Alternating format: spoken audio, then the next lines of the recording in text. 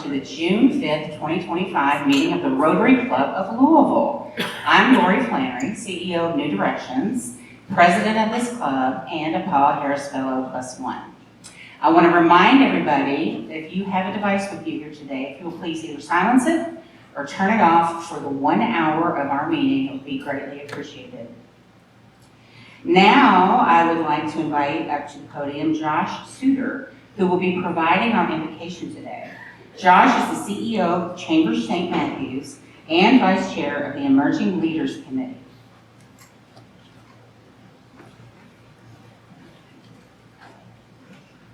You pray with me, please. Let us give pause together for a moment of reflection and gratitude. As we gather today in fellowship, we give thanks for this day, for one another, and for the opportunity to come together and share purpose. We're grateful for the gifts that we bring to this table, our time, our talents, our experience, and for the Rotary spirit that calls us to serve beyond ourselves. Today, as we turn our thoughts to the financial markets and the forces that shape our economies, may we be reminded of deeper principles that underlie all true wealth: wisdom, responsibility, and compassion. Just as markets rise and fall with uncertainty, so too do the seasons of our lives and our communities. Grant us the steadiness to navigate both with humility and hope.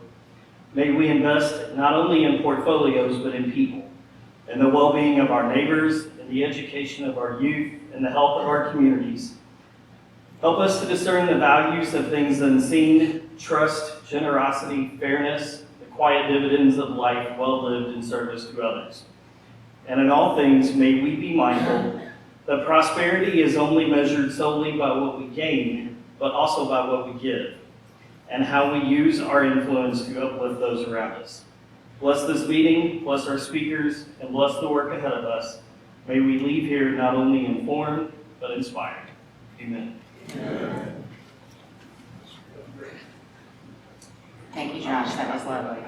Now to lead us in the pledge and the Rotary four-way test is Maggie Roth, Rotary Leadership Fellow.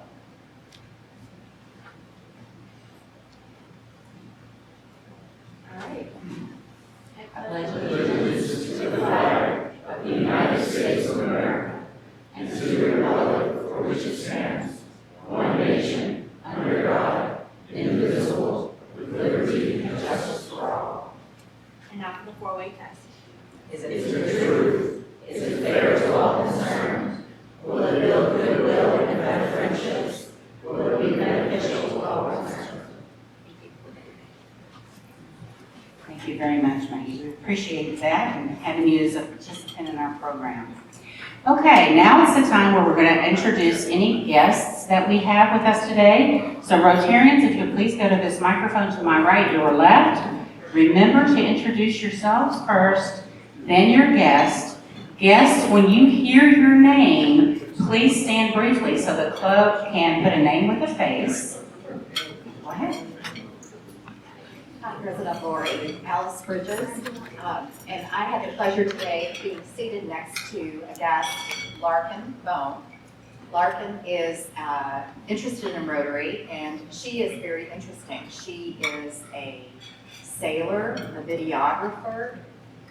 She has a TEDx talk on reinventing yourself, and is based in Louisville, but going around the country. Welcome. President Lori, Josh Suter with the Chambers St. Matthews. I have two guests with me today. First, Misty Enright, owner of Misty Enright Photography, one of my board members, and also the wife of one of our speakers today. Welcome. My second guest is Coach Mark McNulty with Action Coach Bluegrass. Mark is not only the owner of Action Coach Bluegrass, but he coached me in helping getting the Chamber through the COVID years, and he was a huge help to us. Welcome. President Larry Herbert Johnson. My guest is Cedric Lumber. He's from Congo, Africa. Congo, right? And he's in young entrepreneur and involved with transformation and cybersecurity. Welcome. Good afternoon, President Lori. I have Michael Leland and Ashley Hadley here with us today, and they're here to join us to support our speakers. Michael and Ashley are both on the leadership team here at Private Bank, as well as very involved in the community, and so happy to have them join us. Welcome. Okay. Are we back? There we go. So guests, if you will, the next time you hear me ring the bell, which will mean that our meeting is over, if you'll please make your way over to the What is Rotary table. It's over here by the doors. It has a What is Rotary placard on the table, so you know you're in the right place. Spend just a few minutes learning a little bit about our club and about Rotary in general. That would be appreciated. I also have a guest with me here today, so if you don't mind standing up, Michael. This is Michael Heichelbeck. He is the CFO for New Direction. So welcome, Michael. Okay, I am happy to report that we have averaged 13 guests per weekly meeting this Rotary year, which of course starts July 1 of 2024. We're getting ready to finish that Rotary year. Many of these guests would be an excellent addition to our club.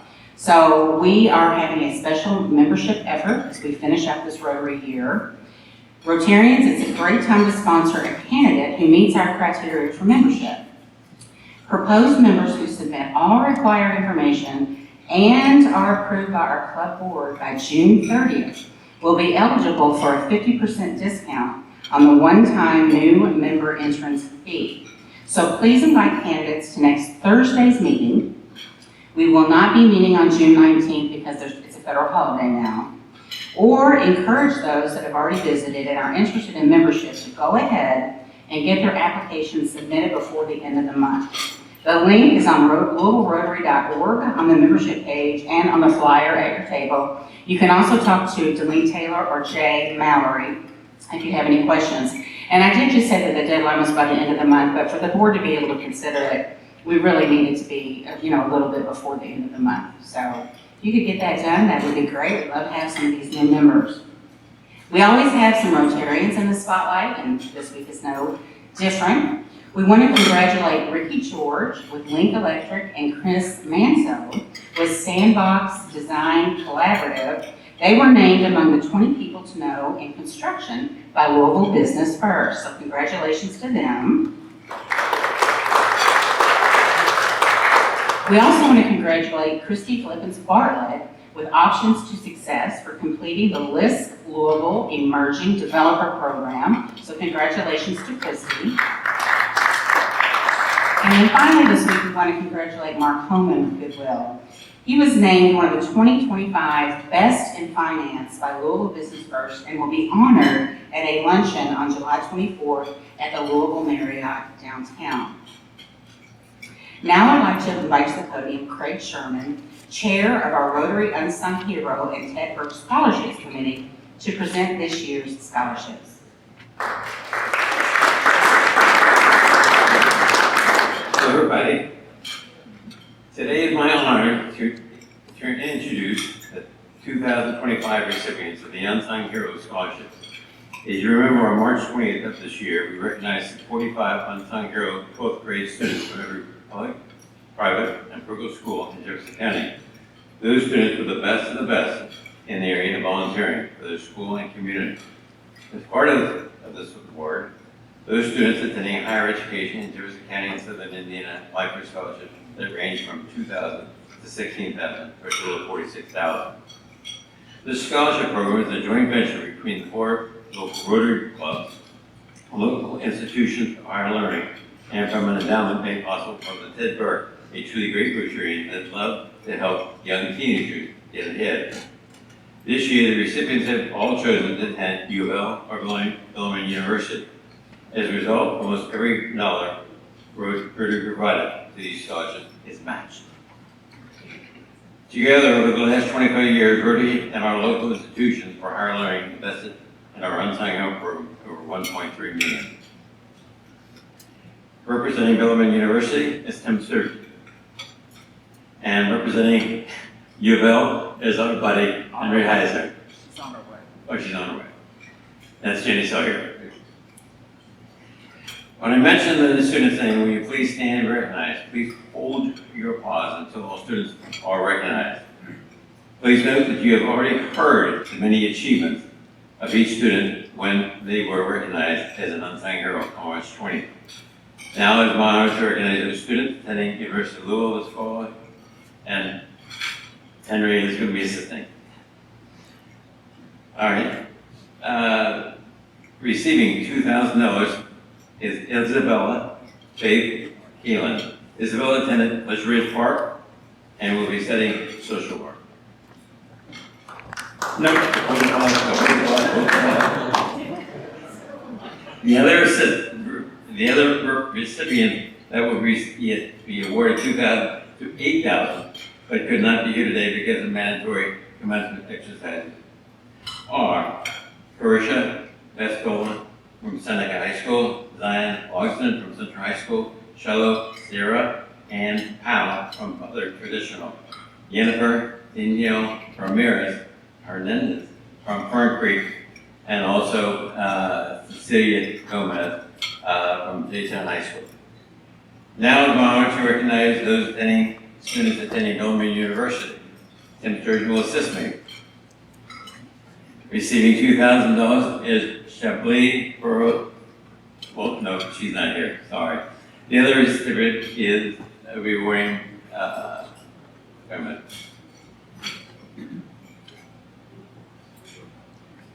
Wait a minute. Well, oh, here it is. Receiving $16,000 is Eden Best Barber, that graduated from Sacred Heart Academy. She will be studying neuroscience, pre-physical therapy. Congratulations on the $16,000. The other recipients that could not be here is Clara Hunter Cushbender from Assumption High School and Chablis Perez Tulin from Graham Brown School. Ladies and gentlemen, this concludes our Unsung Hero Scholarship Program. Let us now show our appreciation to those two students for being the best of the best in volunteering. Thank you.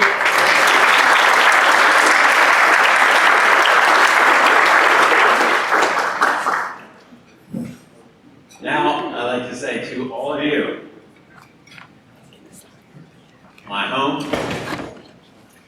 is welcoming you this Sunday from 4 to 7:30.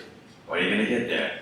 Well, you can find some interesting things to see, gardening, get your bag, food, camaraderie, fun, as Greg Ron always would say. And so what I'm saying is, if you haven't signed up, don't miss out. If you're by yourself, come. It's a good time. Other than that, I wish you well. Thank you.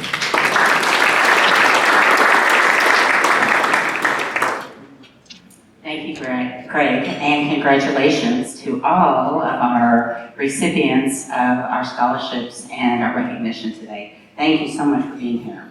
Now I'd like to invite to the podium Sarah Hugenberg, Relationship Strategist at PNC Bank and Vice Chair of the Speakers Committee, to introduce today's speakers.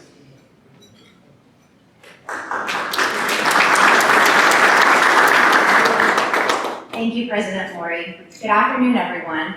I'm very happy to introduce my friends and colleagues today at PNC Private Bank, Chris Enright and Robby Packard, as our speakers today. I'm privileged to have Chris and Robby on my team and work collaboratively with them to help clients achieve their financial goals. Chris serves as the investment director for the Louisville market. Chris leads a team of 10 investment advisors who deliver comprehensive investment advice and solutions that align client portfolios to their overall financial objectives. He's a graduate of Kenyon College, where he was also a collegiate tennis player. He received an MBA from Ohio State University and is also a chartered financial analyst. Chris's lovely wife, Misty, is also here today. Chris and Misty have 2 daughters in elementary and middle school and enjoy spending time with their family. Presenting alongside Chris is Robby Packard. Robby is a senior wealth strategist on our team. He brings a great depth of knowledge and expertise to help clients develop strategic financial plans to integrate estate, tax, and philanthropic planning and help clients meet their goals. Previously, Robby was a partner in the Trust and Estate Practice Group of Stoll Keene and Ogden.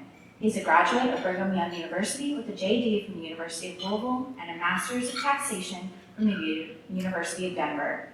Robby and his wife have 3 children, and he enjoys spending time with his family and coaching his son's baseball team.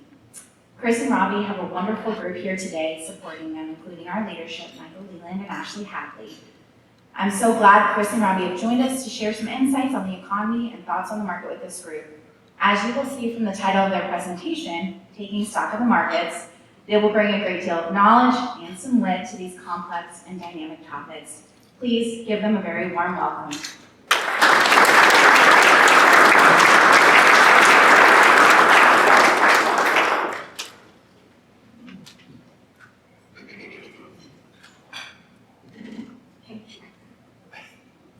A little bit higher. Sarah, thank you very much, and thank you to all the Rotarians for having Robby and I here today. Looking forward to just that a little bit. How's that? For you. A little closer. Excellent, thank you. Obviously, you can see I don't speak in front of a microphone all that often, but thank you all for welcoming us here today. I was really looking forward to this. Misty has joined me on 20 years now in the financial services business. I've been doing investments for 20 years. Very fortunate that 9 years ago, found a home at PNC. And it was quite a journey, worked on Wall Street for a while. We relocated to Louisville 13 years ago now, and was very lucky to find PNC 9 years ago.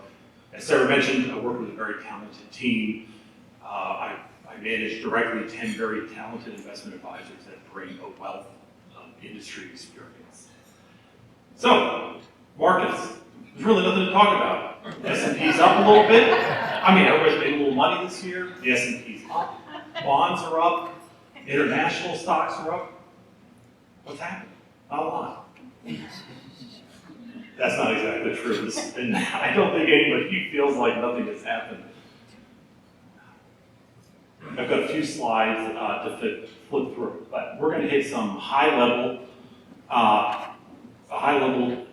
topics, and then we're going to take it down to the market level a little bit. So, fiscal policy uncertainty as a result of tariffs.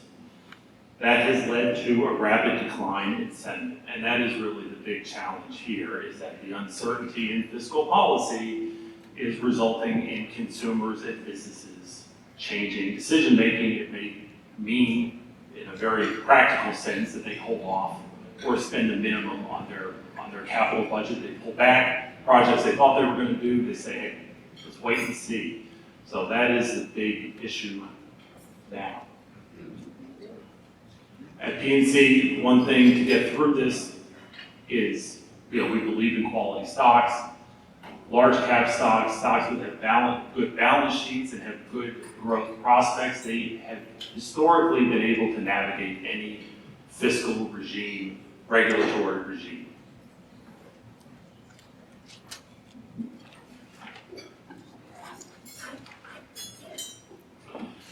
As I mentioned a minute ago, fiscal policy could materially disrupt the path of the business cycle. That is a major concern. Point number 2 here is valuations. People say all the time, clients say, aren't stocks expensive? In a sense they are. In another sense, there's many stocks that are trading at an attractive valuation. But the big stocks in the S&P 500, the point is valuations are not priced for uncertainty. They're trading at very high, typically price to earnings multiples, meaning that they are priced, some stocks, for perfection. And they're hanging in there. They've had a great recovery, so that is a concern.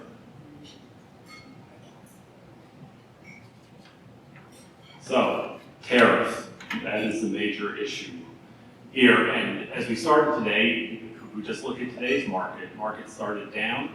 Last I checked about 5 minutes ago at the table, stocks were now trading up just a little bit because Trump said he had a good call with China. It's a 90-minute call, and then more talks will happen. But here's the issue. As we all know, we are a massive net importer. The tariff policy came out and surprised everybody in April, and certainly announcements thereafter have continued to surprise the market, where we've seen a level of flexibility that we didn't think we had in April. But we can announce all the small trade deals we want. Hopefully we come up with good trade deals. They are going to take a while to negotiate. But China is that's the elephant in the room. China is, what this chart is saying is 23% of our trade deficit is a result of China. So we can make all the deals we want, but China is the one that we have to solve. And so that's why the market is a little bit excited today on the back of some easing and thawing in the discussion with China. Now, putting aside tariffs, where were we before tariffs started? Things were heading in the right direction. Inflation, as we all remember back in 2022, hit 9% annualized inflation. We continue to see good inflation data that keeps coming down. However, this data, the 2.4% that you see on the side, is not reflecting anything to do with tariffs. So the concern is, hey, the tariffs happen, inflation could potentially go up again.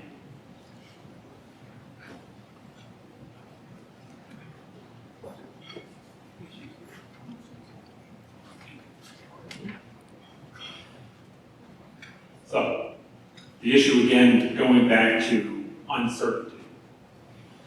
Inflation expectations, inflation, like I said, coming down in real time. However, tariffs will impact that. So the expectation now is that prices will rise, but to a very uncertain degree. As we had announcements in April, we backed off of that. So very hard to get certainty. That is creating business uncertainty as well. And so back to the fear is, the fear is that businesses, consumers pull back, and we pull back into a recession. Is that necessarily bad for markets? No. If we come up with trade policies, the stock market has the ability to look forward, right? They can look through a temporary slowdown in the economy and say, hey, trade deals have been announced.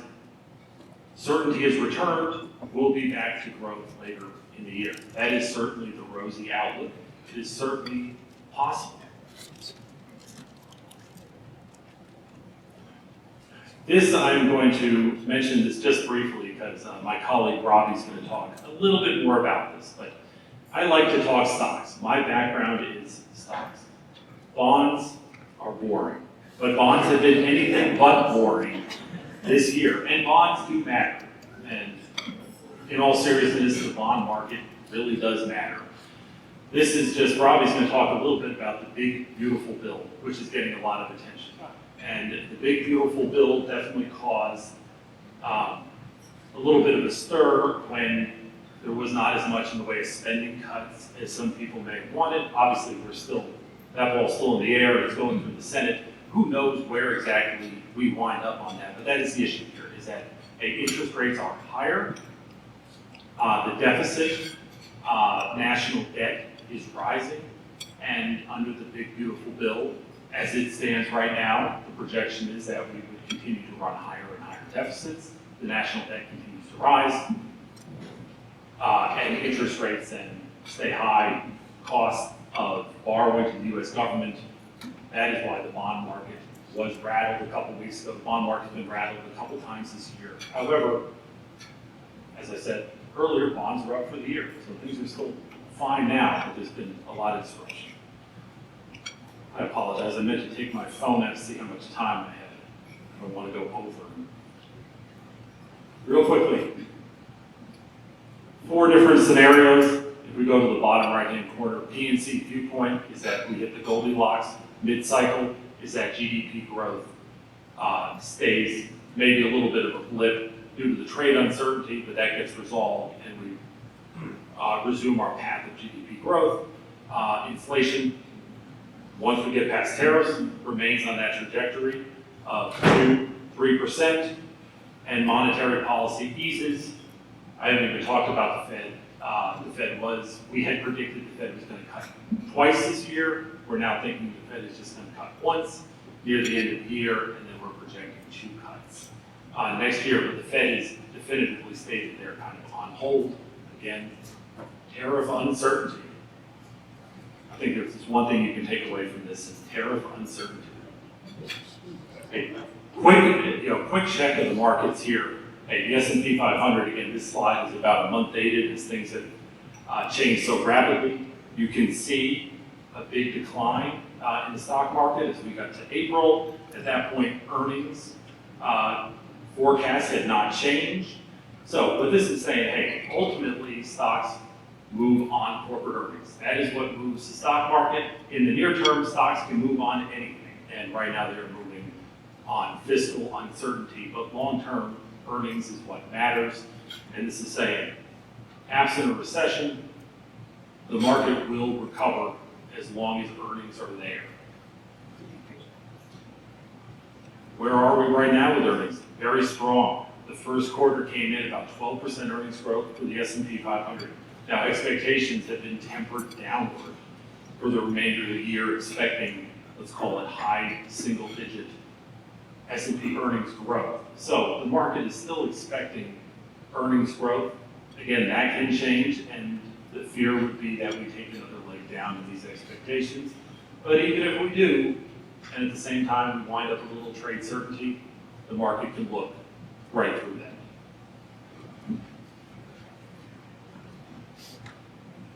And again, I apologize, after 2026, expecting good growth as well, and ultimately that is supportive for the equity markets.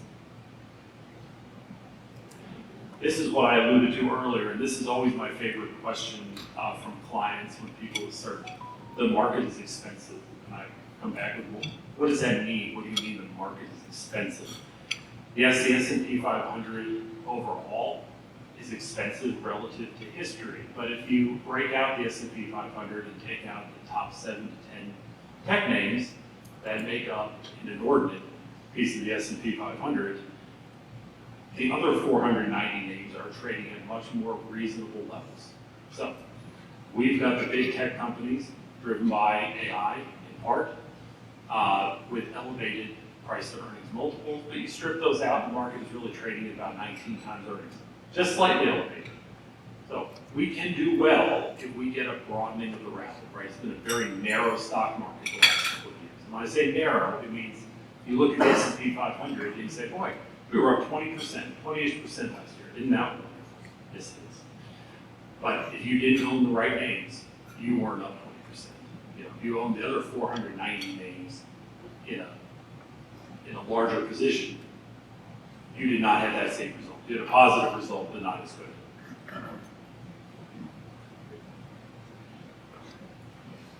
Last slide I have is that what this is trying to show, and you see these big bars with a big range, and this is trying to show that there is never a straight line in the market for a year. Even in good years, you'll have times where the market draws down 15 to 20%, and it still winds up to be an up year. So we've already seen this play out already in 2025, is that we started the year up a few percent through February, March, April. We had a decline, we had a correction of almost 20% intra-year. And now as we sit here right now, S&P 500 up about 2% for the year. Like I said at the beginning, nothing's happened, 2%. I think I'm going to call Robby up in here in just a second. I'm going to conclude with the best advice I can give here is remain invested to your risk tolerance and your goals, right? We want to remain at the right stock percentage that will meet your long-term financial goals and also matches your risk tolerance. And I think the biggest thing is that you don't want to take more risks than you're comfortable with, because if you do that, you will wind up making bad decisions. If you take more, you own 100% stocks and you're really not comfortable doing that, and the market dipped in April, you might have made a bad decision to sell. And that is harm, that's long-term harm that is hard to overcome. So stay invested to your long-term goals and risk tolerance. Do not trade all the noise, right? The news flow in this administration comes fast and furious, right? And it's changing daily. It's changing during the day. So if you try to trade the news, you will have a hard time. A client asked me this week, and he was joking, but he was asking how he could play the steel tariffs due to the type of business he was in. He was joking. I said, my answer was, don't even try, right? If you try to play all of the headlines, that will probably cost you in the long run. With that, I'm going to call it Robby.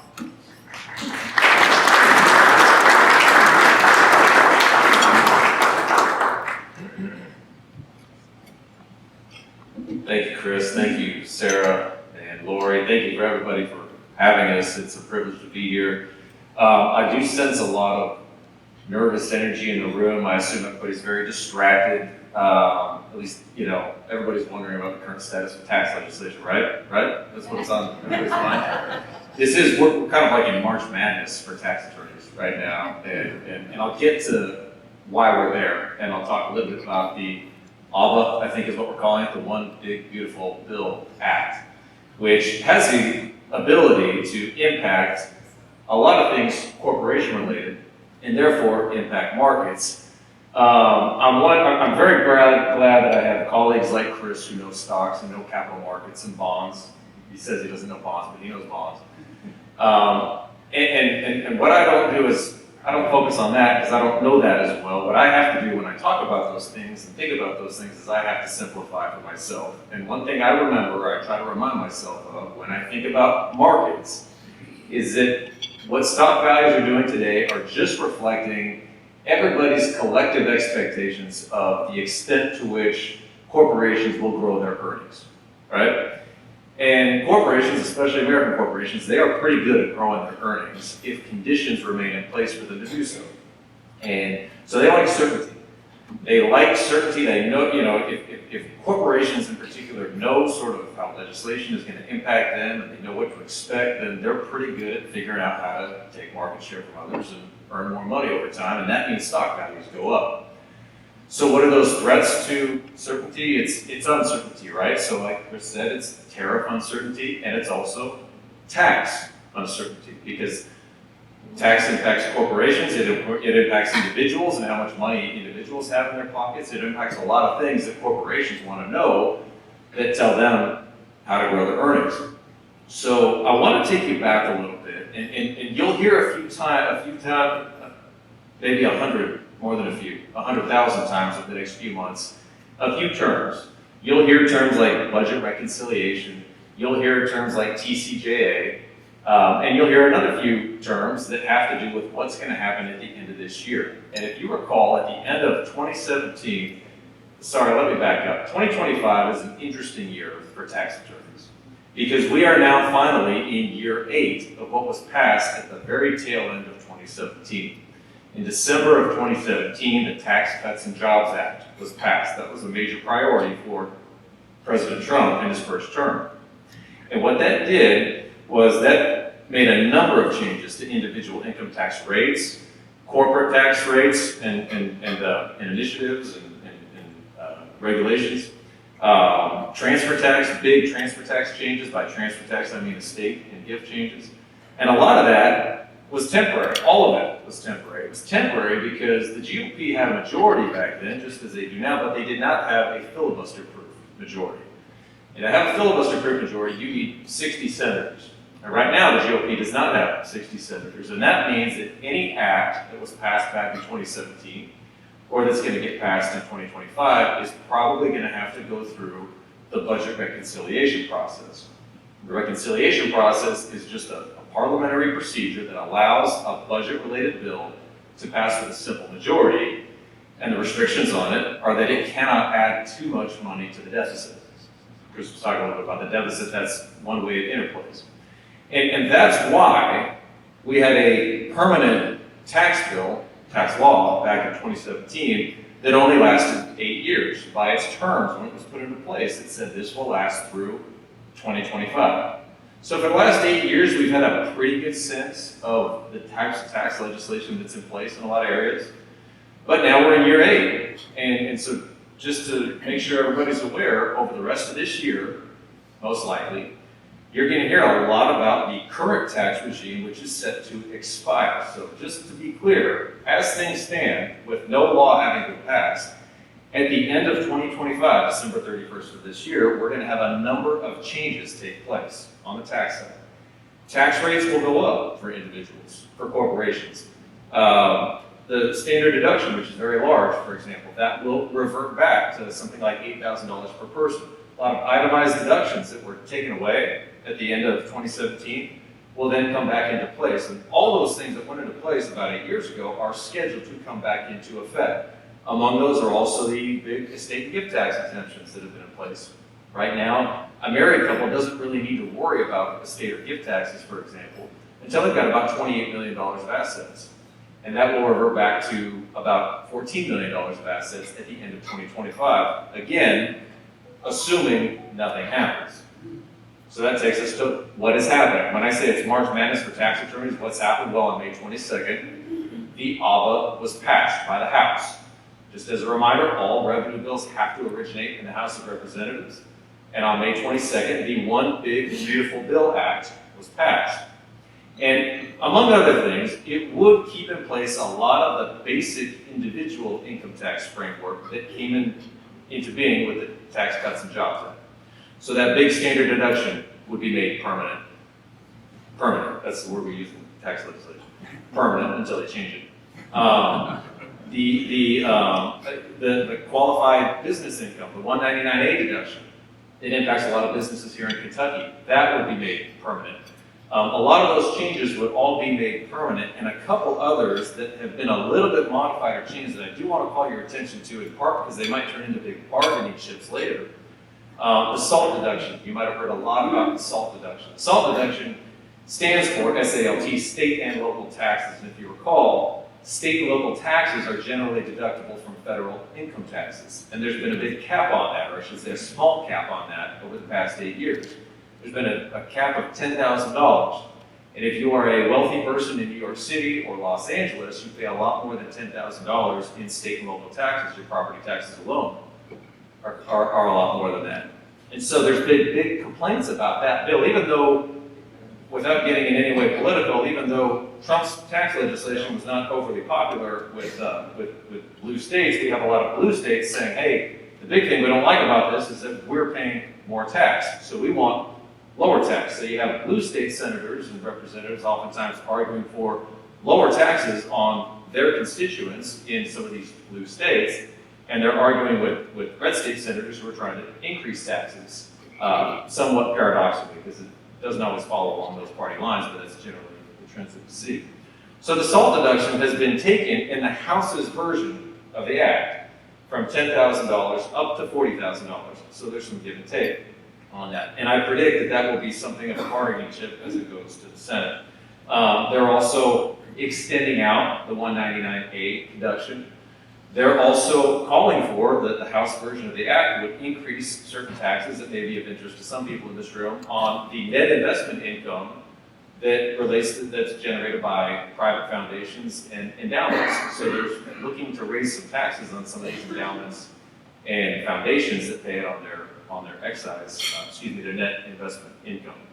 And so there are, by the way, one other big change that would be coming into being in the House version of the Act is that the exemption for estate and gift taxes, that would be set permanently at $15 million per person, which again, for a married couple means that in a lot of ways the transfer tax becomes almost irrelevant to 99% of the population, which in some ways is a good thing. That gives a lot of certainty to other segments of the population that don't need to fret about gift taxes and estate taxes and generations giving transfer taxes and all that. And so we've got some of these big bargaining chips that have been passed in the House version of the bill. But all that means is that now we're headed to the Senate. And the Senate is going to carve it up, and they're going to do what backroom politicians do to come up with a bill that they like. It's then going to have to get reconciled. The House version and the Senate version is going to have to get reconciled. I don't predict, anyway, that any of that is going to be finalized before Congress's summer recess. And so I suspect what we will do is we'll pick up the continuation of this legislative process in the fall. And my suspicion is that we will not see final tax legislation until November or December. I think it's a big priority for Trump and his administration to get something passed this year. I don't think they want a lot of the things that were put into place in 2017 to expire. I think they really want something passed by 2018. And the way it impacts markets is because markets are kind of, corporations in particular, are kind of sitting there saying, what's in this bill that might impact us? And what's the likelihood of it passing The more information we get out of Washington and what's taking place and what's in this bill, the more they can adjust to it. But if we see big changes taking place in the Senate's eventual version of this act, then we might see that roil markets a little bit, and we'll probably have more of this, like Chris was pointing out. So I would buckle up for that. I would say I don't think we're going to see a final version of any tax legislation until November or December. In 2017, the final version of that act, the Tax Cuts and Jobs Act, it was, if you go back and look, I think it was signed into law on December 22nd of 2017. That's partly because it took the whole year to get something in place that at least 51 senators could agree to. I think it's also because there's going to be a number of things on each side that neither side really wants to have to explain to their constituents. And that's why they like to pass it 3 days before Christmas when it's kind of a dead media period as well. And I would encourage, a lot of y'all to as it relates to markets, to figure out, if you're an investor, figure out an allocation that you feel pretty comfortable with, where you can ride out some volatility. Because I do think that as this process takes place, as we really figure out what the tax legislation is going to be like for probably the next 8 years or so, you are going to see some volatility in the markets as it has the potential to impact that. But again, aside from that, I think that we'll see it get carved up a little bit in the Senate. I think it'll probably get dry. I could be wrong, but I think it'll probably disappear during the summer for some recess, and then in the fall, I think we'll see a lot more discussion on it. And with that, I think we have some time for Q&A. Or Absolutely. Right. Thank you all very much. Very informative. Okay, so now we want to take time for any Rotarians that have any questions of either or both of our speakers. If you will please come up behind me at the microphone. Remember to introduce yourselves first, and of course abide by the rules that are on the screen.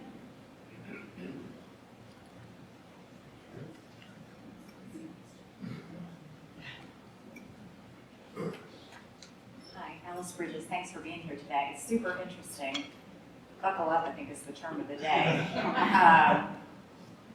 This is not your thing, but I'm curious about what you're advising clients about cryptocurrency.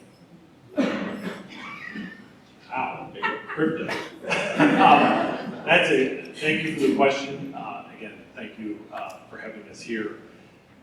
Crypto is one, most of our clients, we don't really advise our clients to have an allocation to crypto. It's just hard to figure out what that intrinsic value is.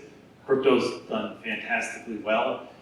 For our client base, it is not typically something they're interested in. I'll be honest, most of the investment advisors, me included, struggle, like I said, to figure out that intrinsic value. So it's hard to recommend something like crypto. It's a complicated one.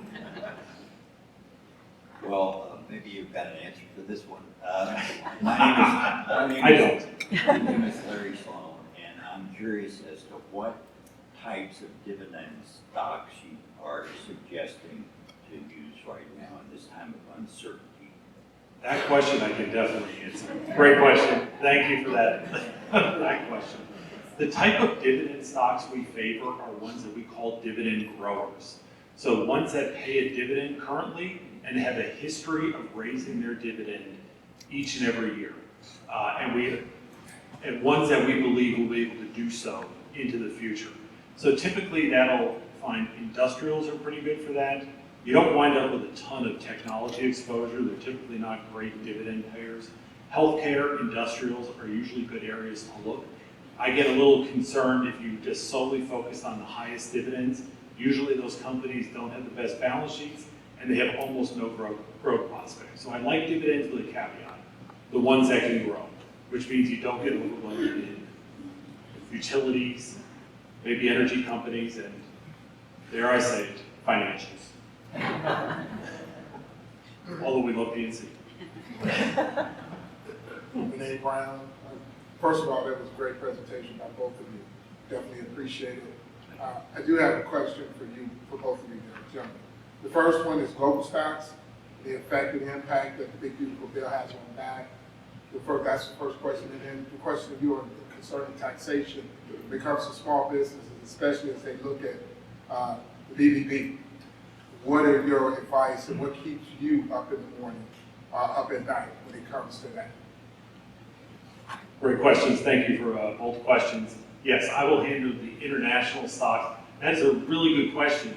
You're bringing it up. Year-to-date international stocks are almost up 20%, while the S&P is up about 2%. We've gone through about a 20-year period where international stocks lag U.S. stocks miserably. An absolutely enormous differential. The issue has typically been, the reason for that lag has been the great tech stocks are here in the U.S. And when you buy European, let's call it developed European stocks, you're buying a lot of banks, a lot of more stable, slower growth companies, and investors have been putting their money in U.S. growth stocks. But what has happened here is that with the fiscal uncertainty here in the U.S., that investors are gravitating a little bit to international stocks. Still, you wind up with a good valuation discount. So you can find a discount in international stocks. We definitely recommend an international allocation. One reason is if you just buy the S&P 500, you wind up very concentrated. So it's good for diversification. And lastly, there are some good growth stocks. I prefer to buy international growth stocks. Pardon me. So there are good growth companies overseas, just not in the same magnitude as the U.S. So I like to be selective. Yeah, great question. I have just maybe a couple of thoughts. There is in the House version of the ABA, I guess that's what we're calling it. There is a provision, and it's a little bit vague, but for increased taxes on countries that we believe are engaged in unfair trade practices. That's kind of the term that we see in the bill. And so it's kind of anybody's guess what that ultimately turns into and whether that's in the final version of the bill. I don't know if I can distinguish between a tax that's in that bill and a tariff. To the extent that we do see something like that, I mean, we might see additional taxes on some of these countries that make a lot of the goods that we import. And if that does make prices on those goods higher, that has the potential to make the bill, or the law, I should say, a little bit inflationary. And to the second part of your question there, if there is one thing that does concern me a little bit, especially from a small business perspective, is that I do think we need to hope that there's some kind of spending cuts in the bill. Because the thing that worries me, especially in small business, is inflation, and not just inflation, but the cost of interest rates, the cost of capital. I think if the bill is super inflationary, if we see persistent inflation, if we see the Federal Reserve raise rates to try to tame that, that makes life a lot harder for small businesses. Big corporations, a lot of times, are able to pass those costs on. If they have to pay more to borrow money or borrow capital or produce goods, they can pass a lot of those costs on. It's a lot harder for small businesses. And so I would hope that there's something in the way to match some of these tax cuts of spending cuts so that we don't continue to grow our deficit, so that we don't see our interest costs rise and make life a little bit harder for small businesses. Thank you for your presentation. My name is Ken Grossman, and my question is kind of a thought as well as a question. It seems like the last 6 months would almost be a perfect case study, and you can't time the market because a lot of folks, there were folks that took some money out. Maybe they did it at the right time, maybe they didn't. But as much as it's going up and down right now, I think the discipline of staying in the market is proved to be the best strategy, and just wanted to get your thoughts on that. I appreciate that statement. We agree with that 100%, yes. Ultimately, it is a loser's game to try to time the market. You might get it right once, but one of my investment advisors said, I never heard it put quite like this, but I thought it was put beautifully. He said, in order to time the market, you've got to get two decisions right. You've got to get out at the right time, and you've got to get back in at the right time. And the chance of you getting both of those correct, very low. You might get one of them right, but chances are you don't get the second one right. So that, I really do appreciate that statement, because that does reiterate exactly what we want to do, is that if you've got the right risk allocation and the right stock allocation that's going to meet your needs, please stick with it. Because we've got, my slides I pulled them from about a deck of 100 that I cut pulled. Point is, if you miss those best days in the market, your return is very negatively impacted. There are some days, as we saw in April, where we had a big intraday change. You missed that day, you've really cost yourself. So being able to get that 1 or 2 days, very hard to do. Yes. And if I could just add something to that from maybe a little bit of a financial planning perspective.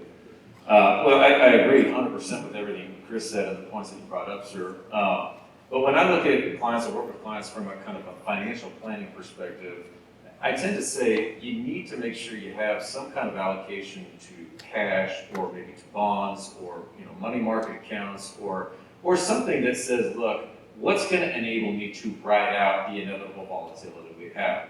It's a whole lot easier to deal with 2, 3, 4, 5% red dips that you see on the markets when you know that your bills are going to be paid for the next year or two, right? If you say, look, I can allow that to iron itself out and smooth itself out over time, that graph goes up and to the right. I'm talking about stock values, right? But if you zoom in, it does a lot of this. And to Chris's point on what you're bringing up, you don't want to be selling when it's down here. You want to be able to ride that out. And it's a lot easier to ride that out if you say, look, I've got cash or I've got bonds that I can sell if I needed to, or I'm working and generating my living expenses, paying my living expenses through active work. That will allow me to ride out a lot of that volatility and win. I always say you win in the stock market when you buy low and sell high. You lose when you buy high. If you're buying when everybody's buying and you're selling when everybody's selling, you're not going to win that way. But it requires a lot of financial planning to make sure I'm looking at how I'm overall allocated between stocks and cash and bonds and those types of assets to make sure we do that. Hi, thanks so much for your presentation. I'm Kathy Galante Sanders. You alluded to this a moment ago in one of your answers. My question regards what is sure to be a significant increase in the federal debt with the current budget bill. And if there's not a corresponding bill that's passed regarding raising our debt ceiling, because it's trillions of dollars an increase in that debt, what impact, what are you looking at ahead these next through the rest of this year with the stock and bond market if that debt is increased at the level that it currently stands to be increased with the budget bill? I think both of us might take a crack at that, but yes, great question. Yes, I kind of briefly touched on that, and yes, we could have gone way further into that topic. Let me say this, I don't worry about the U.S. defaulting. We'll take the debt ceiling out to the last minute, but ultimately they will always work to resolve that. But it gets to what Robby kind of talked about this as well, is that if we keep running big deficits, the debt goes up, the treasury auctions, longer term interest rates go up. So the cost of capital, the cost of funding goes up. And you wind up, I had that chart where I showed that we think we'll be in the Goldilocks scenario. But what you're highlighting is that if we don't get our debt under control, you run the risk of winding up in the stagflation. And that is where we don't want to be. So yes, right now we are predicting, as it's scored by the CBO, it's projecting more deficits. I understand it is dynamic and there's a lot of things the CBO can't account for. And Trump would argue that if we bring in some tariff revenue, that can help keep the deficit under control. A lot to be determined, but those are real concerns. Yeah, and I'll just speak a little bit about that term, stagflation, right? If you think about it, what we're talking about is that's a stagnant economy, an economy that is not growing, and it's inflation. And that is the worst of all worlds from the Federal Reserve's perspective. And really, that's the worst of all worlds from our politicians' perspective. We got a lot of politicians in Washington, and they're all fighting for what their constituents want.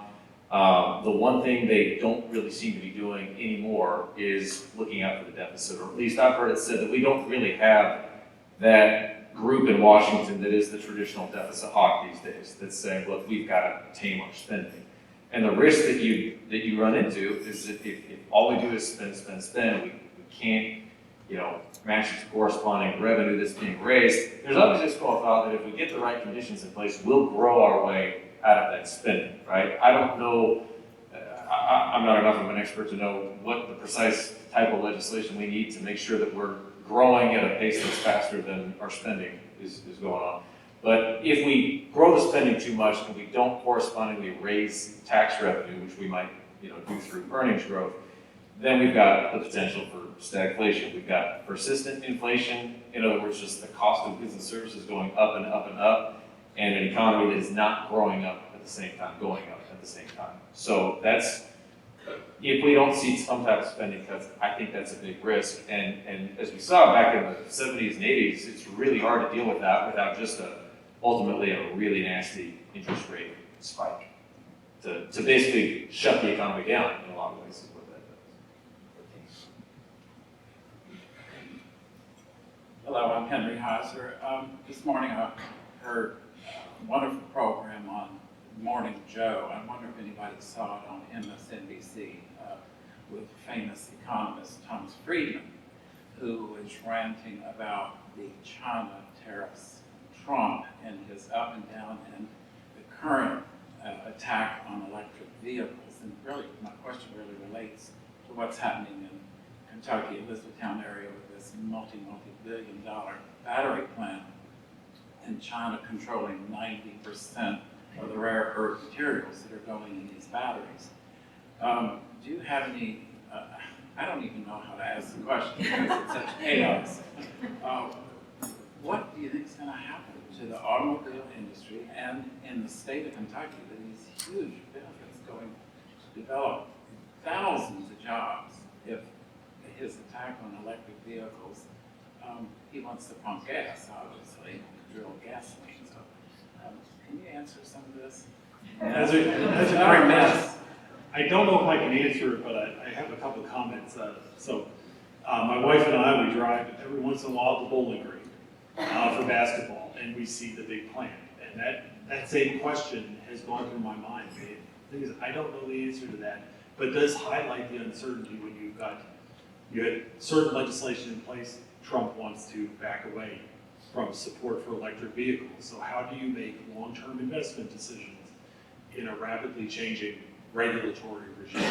Very difficult. As it relates to rare earth, I think if Trump were supportive of electric vehicles, I mean, he's supportive of doing rare earth. We could do more of it here, right? China does not have a monopoly on rare earth. They have it because we're not willing to get into the nasty stuff that is rare earth mining. But they are available here and we're willing to do it. So we can protect ourselves that way. How this ends up, some of these investments are going to be tough. I mean, they're going to be tough. We're seeing it in Tesla sales, right? Putting aside the politics of it. EV sales are falling. Gas prices are low, right? EV works better when gas is $4.50 a gallon. Right now, they got paid for $2.75 yesterday. EV is a tougher road to hoe. No.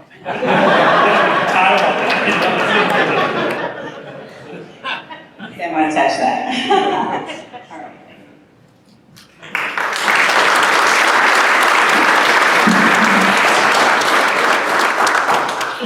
Okay, well, we want to thank Chris and Robby for bringing your expertise to our club here today. We want to thank the Speakers Bureau for bringing them to us, and we also appreciate you bringing your guests to be our guests here as well. Appreciate you Rotarians for asking excellent questions as always, and for helping to host our guests the best way possible. Next week's meeting will feature Rotary International Treasurer Beth Stubbs. We will also be recognizing many new Paul Harris Fellows and also those who have reached a new level. You need to RSVP by noon on Monday, June 9th, or you can scan the QR code that's on the screen right now before you leave so you don't forget. We will not be meeting the following week on June 19th because that is now a federal holiday for the last couple of years. That's Juneteenth. But we will be back on June 26th, and we will hear from Naderika Thibault. She is the Executive Director of LUMED. I want to remind the guests, when you hear me ring the bell, to please make your way for a brief What is Rotary session over at the What is Rotary table by those doors. I hope to see at least some of you all at Sunday's Sherman Summer Social. Say that 4 times really quickly. Hosted by Craig Sherman. It should be a great time. Hope to see you there. But no matter what you do this weekend, I hope you have a great rest of the week and a great weekend. And we are adjourned.